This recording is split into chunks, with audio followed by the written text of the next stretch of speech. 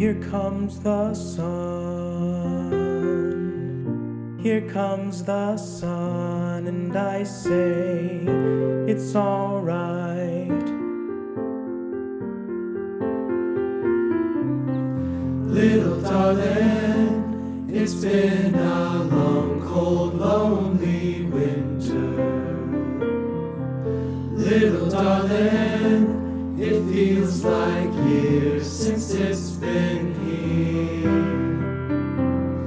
Here comes the sun, here comes the sun,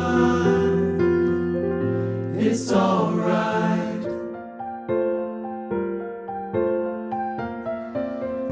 Little darling, the smiles returning to their faces. Little darling, it seems like years since it's been here. Here comes the sun, here comes the sun, it's all right.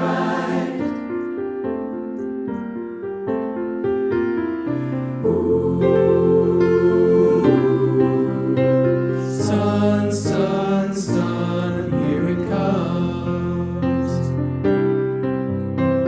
Sun, sun, sun, here it comes. Sun, sun, sun, here it comes. Sun, sun, sun, here it comes.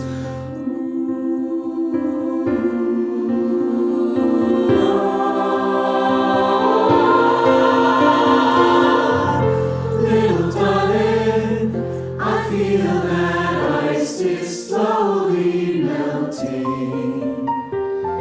Little darling, it seems like years since it's been clear.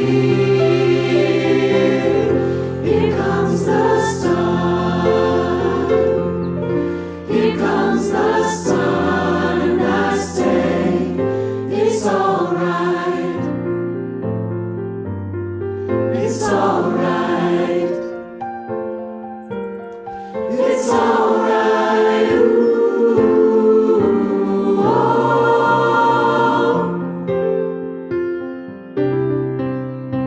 Sun, sun, sun, here it comes.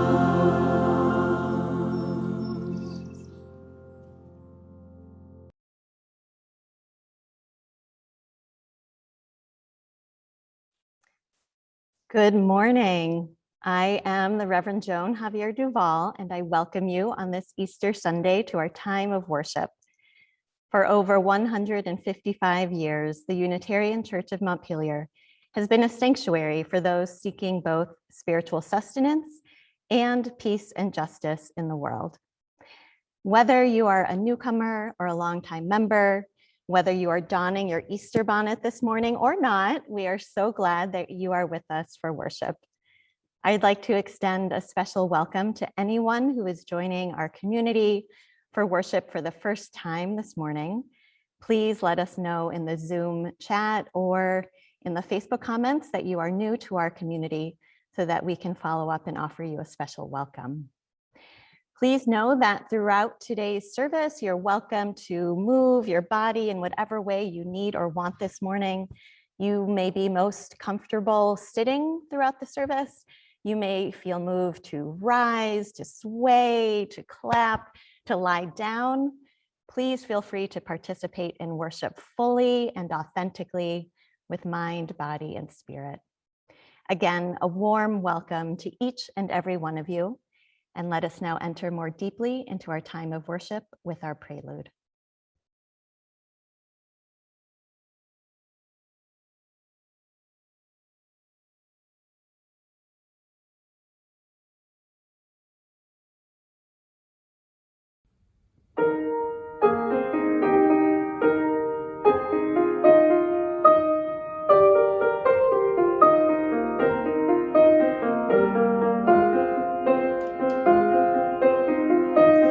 come fathers and mothers, come sibling in others, come join us in singing the praises of Zion, the praises of Zion.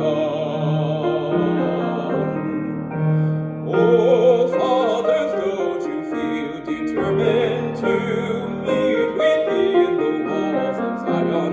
We'll shout and go round, we'll shout and go round, we'll shout and go round, we'll shout and go round the walls of Zion, the walls of Zion.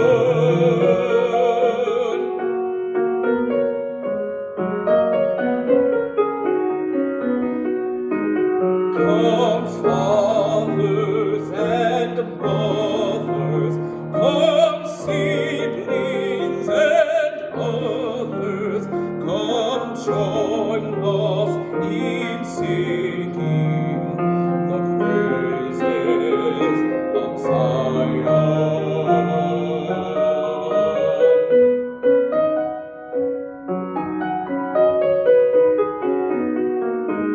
Come fathers and mothers, come sibling and others, come join us in singing the rise of Zion.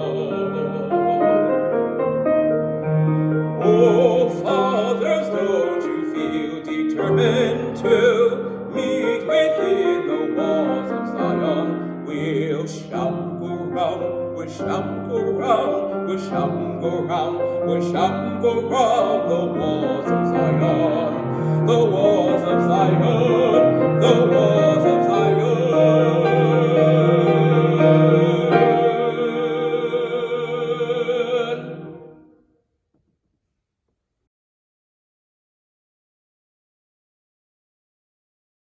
Our call to worship comes from the words of Ian W. Riddell. We gather today in the presence of the old story of death defeated by emptiness, of hope and newness triumphant over fear and separation. We come hearts heavy with pain and anxiety, spirits flattened by exhaustion and apathy, vision darkened by strife and violence. We come seeking connection and love in this place of community. May the old Easter story of hope and rebirth lighten our hearts and make us glad in the presence of each other's love. May our spirits be joyful as we worship together today. Come, let us worship together.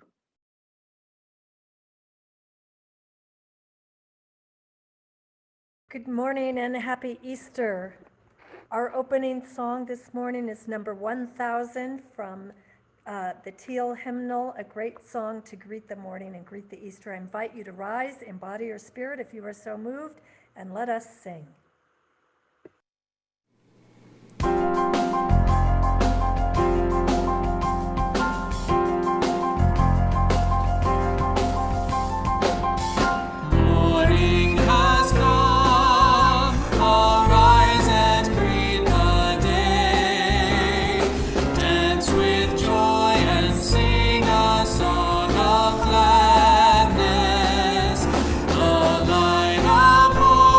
Show.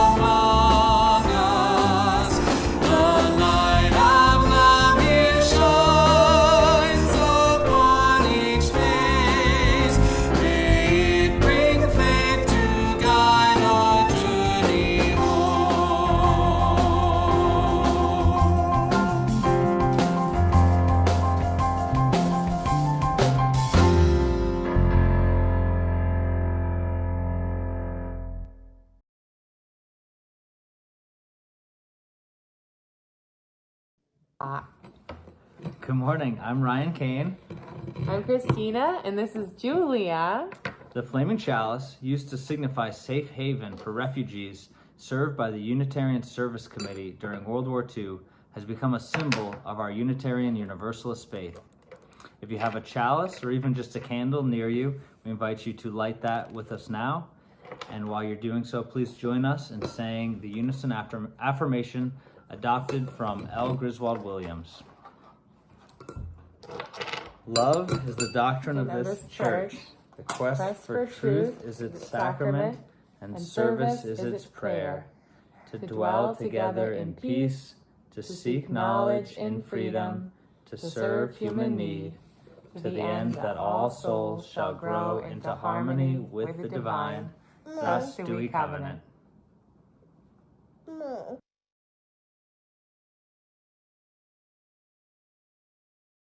Five years ago, on April 3rd, 2016, the Unitarian Church of Montpelier celebrated the installation of the Reverend Joan Javier Duval as its 13th settled minister. To recognize this benchmark in congregational history, I will yield the floor to Sue Stuckey, Leslie Parr, Liza Errol Centers, and Reverend Joan. Back in the summer of 2014, the board appointed a ministerial search committee. We 7 members worked hard over the next year and a half, engaging every member in discussion about what they hoped for in a minister. Those 7 members were myself, Leslie Parr, Emily Seifert, Brooke Pearson, Amy Tatko, Harris Webster, and Bill Payne. We gathered names and packets of information from a list of possible candidates compiled by the UUA.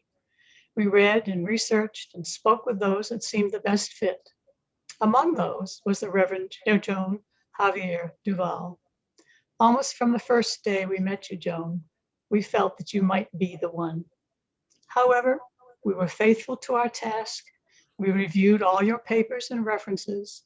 We seriously interviewed 3 or 4 other candidates wanting to be fair and open-minded, but in our hearts, we were unanimous.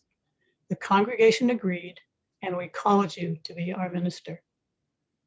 Your presence has been the blessing we all envisioned. You have provided wisdom and counsel for the board, keeping us on track and help us focused on our mission. You have helped us grow in grace, compassion, and kindness. Together, all of us, we have thrived.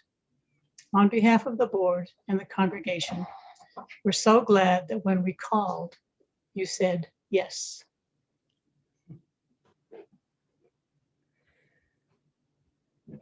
Good morning. My name is Leslie Parr, and I have 2 messages today. On behalf of the UCM executive team, Claudia Clark, Don Evans, Reverend Joan, and myself, I'd like to lift up the behind-the-scenes work Joan performs year-round. We meet twice a month with the UCM staff and often with committee chairs. How are things? What do they need to fulfill their role? How can we support them? Is there another way? Shall we try something new? Our time together is limited and precious. Joan makes every bit count by preparing a detailed agenda, linking documents as needed, pulling the numbers together, identifying the history, and searching for possibilities.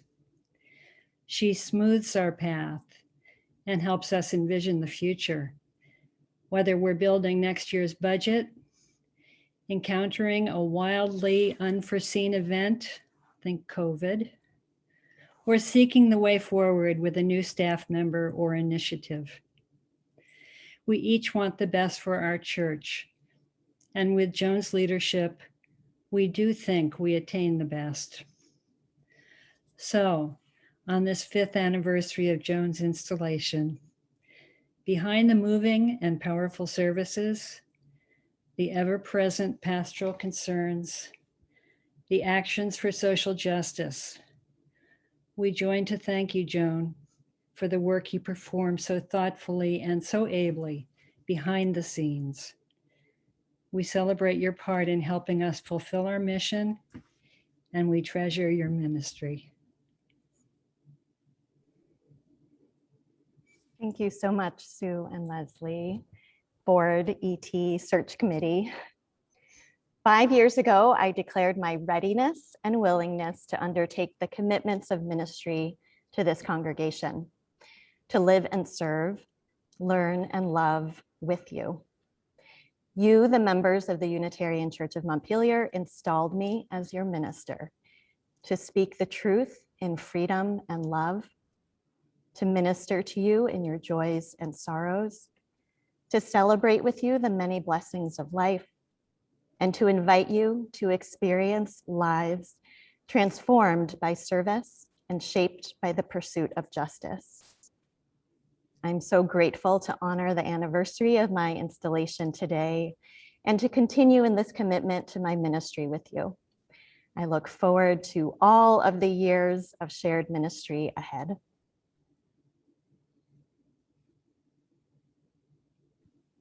And I believe this week I heard that a new stole has been given to Joan.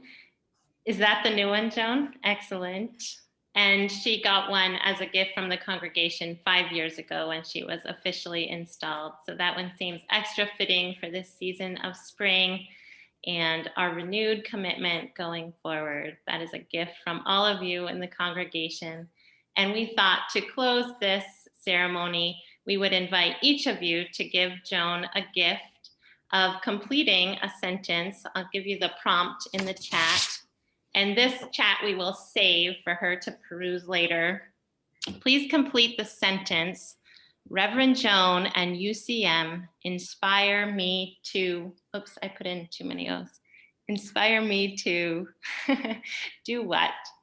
Joan did not want this ritual to be just about her, but about our shared ministry together. So please, I invite you to take a moment in the chat to think about what Reverend Joan and our congregation together inspire you to do.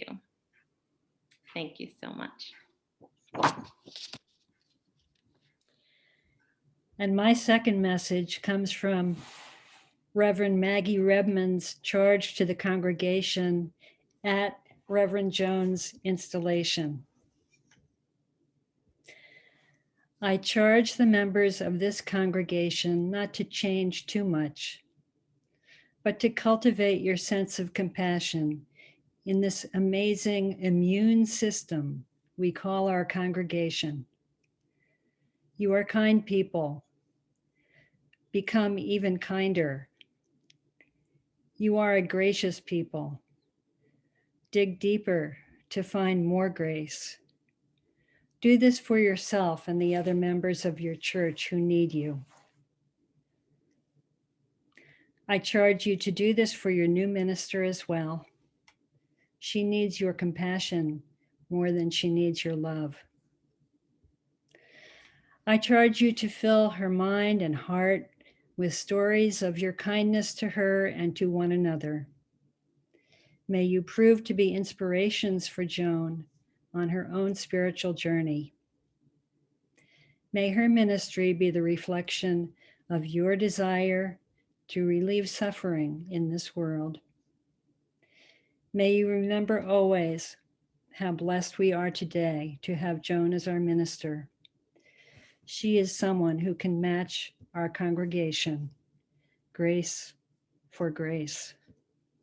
Amen to that. Amen.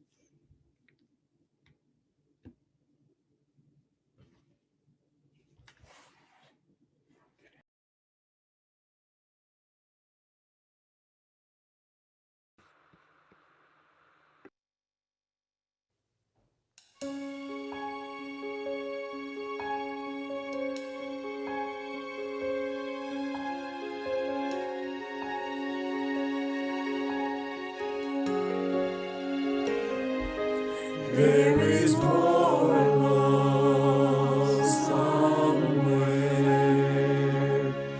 There is more love somewhere. Unlimited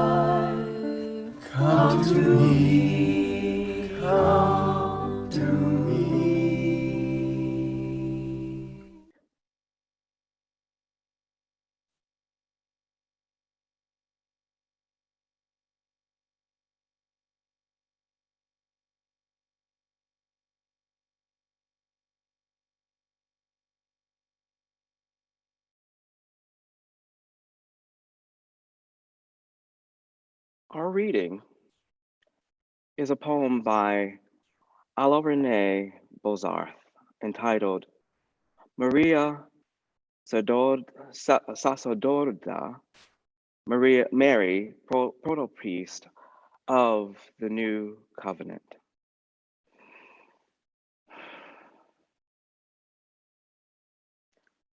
Before Jesus was his mother, before supper in the upper room, breakfast in the barn, before the Passover feast, a feeding trough, and here the altar of the earth, fair linens of hay and seed. Before his cry, her cry, before his sweat of blood, her bleeding and tears, before his offering, hers. Before the breaking of bread and death, the breaking of her body in birth. Before the offering of the cup, the offering of her breast. Before his blood, her blood, and by her body and blood alone, his body and blood, and a whole human being. The wise ones knelt to hear the woman's word in wonder, holding up a sacred child, her God in the form of a babe. She said, receive, and let your hearts be healed, and your lives be filled with love, for this is my body, this is my blood. Here ends the reading. Has anyone seen that video of a mother bear crossing a road with her cubs, carrying one of her cubs in her mouth and then going back to get the stragglers while one was following close behind her as she was going back and forth to get the others who weren't following her? She had to make several trips in order to make sure that all of her cubs made it safely across, stopping traffic on both sides. But her cubs did make it over across the other side safely. And the video went viral. And the comments, especially by parents saying, oh yeah, I can relate and been there. And even though I've only had fur babies, I could relate too. And also being one of those cubs, probably the one following close behind my late mother every step of the way. Well, spring is here, everyone, with new life in its various forms emerging from the darkness and a relief from the cold of winter. In fact, the origins of Easter can be traced back to pagan festivals celebrating spring in the Northern Hemisphere, long before the spread of Christianity. These spring festivals became connected explicitly to the belief of Jesus having conquered death by being resurrected 3 days after his crucifixion, as Christianity aggressively took hold. Eggs, as a symbol of new life, became a common people's explanation for the resurrection. For after the chill of the winter months, nature was coming to life again, like the belief in a resurrected Savior. For many Unitarian Universalists, the resurrection narrative is often more metaphorical than literal. Many kinds of resurrections emphasize rebirth of nature, resurrecting dreams and hopes, resurrecting relationships, in a general sense, the ultimate triumph of life over death.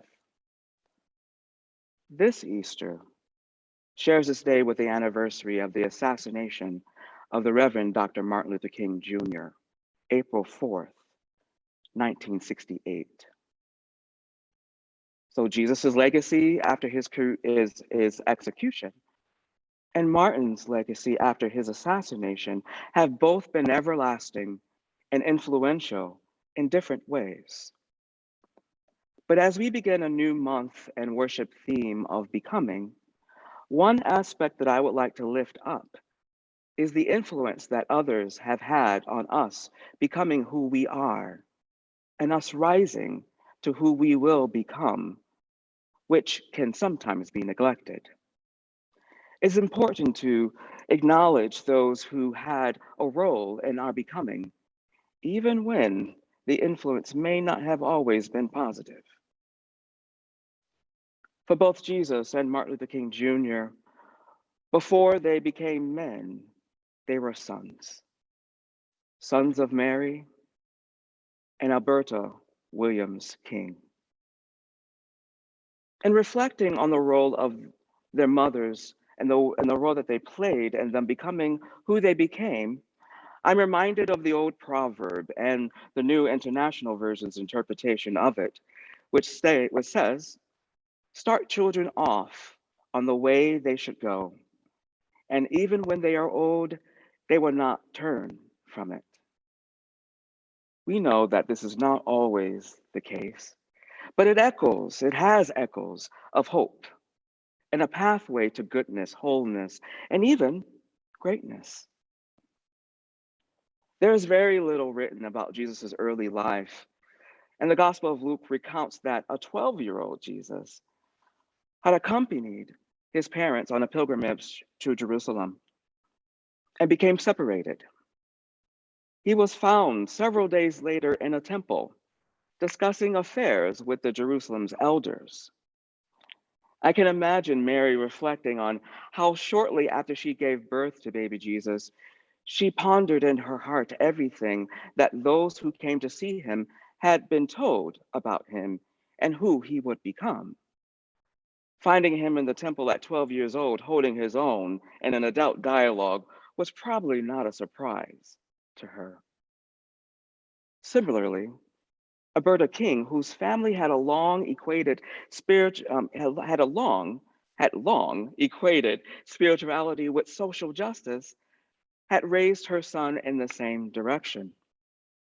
In her newest book, The Three Mothers, How the Mothers of Martin Luther King Jr., Malcolm X, and James Baldwin Shaped a Nation, published this year, thank you, Peter Thomas, for that reference, Dr. Anna Malika Tubbs recalled the story of when Martin was young. He was shocked and hurt when he was not allowed to play with his white friend and eventually prohibited from spending time together. As when they were young, they were inseparable. One night, he brought his pain to the dinner table. Alberta, holding back tears, Dr. Tubbs writes, she looked him in the eye and told him that he was as good as anyone. She held him, encouraging him to feel his pain and turn it into something positive. Martin would go to his mother with all of his concerns, even as he grew up. He knew she would not only make him feel better, but help him to know what he could do next. She made him feel that he had control over any challenge he might face. She believed in all of her children and taught them to believe in themselves as well. Start children off on the way they should go, and even when they are old, they will not turn from it. Fast forward, when Jesus was beginning his ministry, he and his disciples traveled with his mother Mary to a wedding in Galilee. The wedding host had run out of wine, and Jesus' mother came to him for help. At first, Jesus refused to intervene, but then he relented to his mother and asked the servant to bring him large jars filled with water. According to the Gospel of John, he turned the water into wine of higher quality than any served during that wedding. Did Mary know that he could do that or would do that? Did she first believe? Well, we know that Alberta believed so much in her son's abilities and had acknowledged them in various ways. He never turned water into wine that we know of, but the notion of self-worth carried Martin to strive higher and eventually led him to be admitted to Morehouse College at the age of 15. Not only was he following in his father's footsteps, a feat that Reverend King Sr. could not have done without the backing and the tutoring of his wife, But Martin was also following the footsteps of the men in her family. Can you imagine sending a 15-year-old child to college? Well, they wrote to each other constantly. She was his anchor and his support system, and he was her pride and joy. She believed in him, and so he believed. Something apparently Mary and Alberta King had in common. Another thing they had in common was that they both buried their sons who were in their 30s when they died. Jesus was 30 and Martin was 39. Jesus was executed with two other rebels, one at his left and the other at his right. Of the people at his feet stood his mother, who I argue was the most influential person in his life. The Gospels describe various events that occurred during the last 3 hours of his life, including the taunting by soldiers and the crowd, Jesus' agony and outbursts, and his final words. After he took his last breath, he was taken down and buried in a nearby tomb. His mother visited his tomb daily. Alberta buried her son as well. She could not protect her son from the many dangers of racial violence and white supremacy. She knew that and worried about him constantly. He had had conversations with her in preparation for the possibility of his early death. And according to Dr. Tubbs, Alberta's worry was outweighed only by her love and pride for her son. When she heard the news of her son's death, Dr. Tubbs writes, she cried in silence, unable to make any noise. After all the time she had spent worried sick about her boy, her worst fears had become reality. Her son, her precious and peaceful son, was gone, taken away from this world in an act of pure hatred and violence. The griefs of Mary and Alberta were unimaginable, but not unique. Yet both knew that they had to continue their lives and still had work to do. Mary was one of the first who delivered the news of her son's resurrection to his disciples, which essentially began Christianity. The everlasting legacy of her son is undeniable. So was the role that she played in it. Alberta suffered another loss of her youngest son, A.D. King, who had mysteriously drowned in a pool, July of 1969. He died at the age of 38. It still remains a mystery, but Alberta did not want hate to enter into her heart. The Kings needed to keep faith and hope alive for the sake of the rest of their family, especially the grandchildren. She had taught her children how to survive in a world that denied their worth and dignity, denied their humanity. But both Mary and Alberta King started their children off in the way they should go. And even when they were old, they did not turn from it. It is undeniable the effect that the power of their love had on their sons' rising and their everlasting legacies. We should take a moment to reflect on who has played a role in us becoming who we are. Who has influenced your life? Take a moment and think about at least one person who was instrumental in you rising to become who you are. Take a moment to acknowledge them and thank them in your heart. On this day, April the 4th, 2021, when the sun is beginning to warm the earth as we rise from the dark of winter, as vaccines are making its way through our communities, prompting us to begin rising from the dark of a pandemic, but not too soon.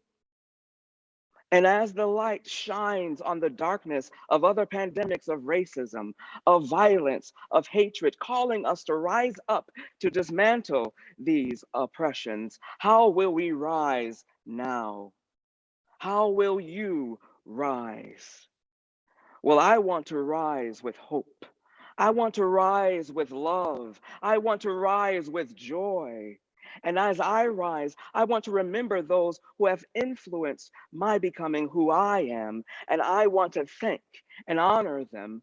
But as I continue to rise up, I want to pay it forward and lift up as I climb, lifting others with me to rise in hope, rise in joy, and rise in love. You see, on April the 3rd, back in Memphis, King gave his last sermon saying, "We've got some difficult days ahead." He wasn't lying. But it really doesn't matter to me with me now, because I've been to the mountaintop. I have looked over and I have seen the promised land. And I may not get there with you, but I want you to know tonight that we as a people will get to the promised land. I am happy tonight. I am not worried about anything. I am not fearing any man. Mine eyes have seen the glory of the coming of the Lord. Well, my eyes have seen the glory of the coming peace, the glory of the coming equality. We must believe that a beloved community is possible and become the hands and the feet of peace. We must believe that joy will come in the morning after we have endured this long night of weeping. And when the sun rises, that glorious sun of justice, when that sun rises in the morning, it will rise with healing in its wings. And I cannot wait to truly unlock the creative energy of human agency to make that happen, to make the killings stop, to make racism stop, to make oppression stop, to make hatred stop. Let us rise, lifting as we climb. And as Mary and Alberta King did for their sons, so must we do for each other. May it be so. Amen, Ashe, and blessed be.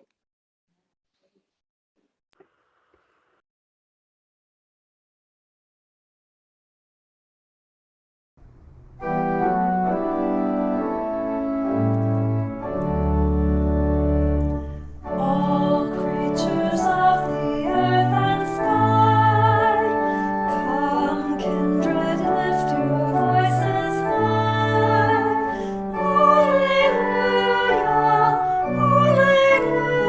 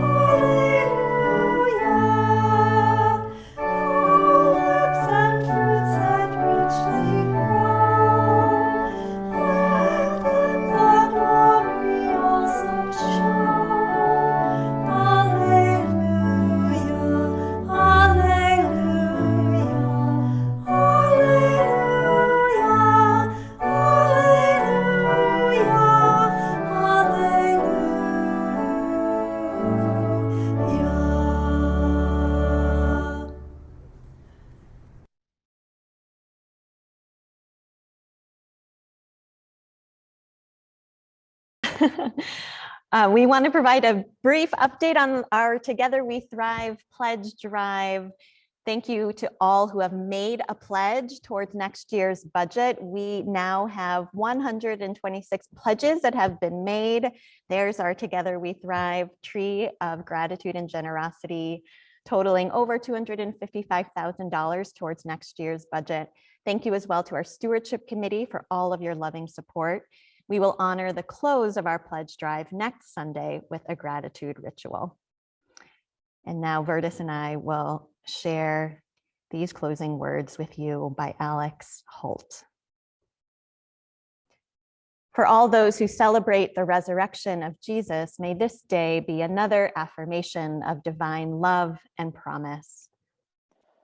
For all those who see the eternal story of new spring and life beginning anew, may you breathe deeply of a season of promise and hope. For all who are experiencing despair or hopelessness this Easter, may you find in the darkness or depression a doorway to light and warmth that offers you freedom. For all of us, together we can do what no one isolated person can do. Rolling the heavy stone aside reminds us we are far more powerful than we ever could be in our own. Our offering of strong hands to help our prayers made real. Let us begin again to love. And now we'll end our service with our postlude. Happy Easter, everyone.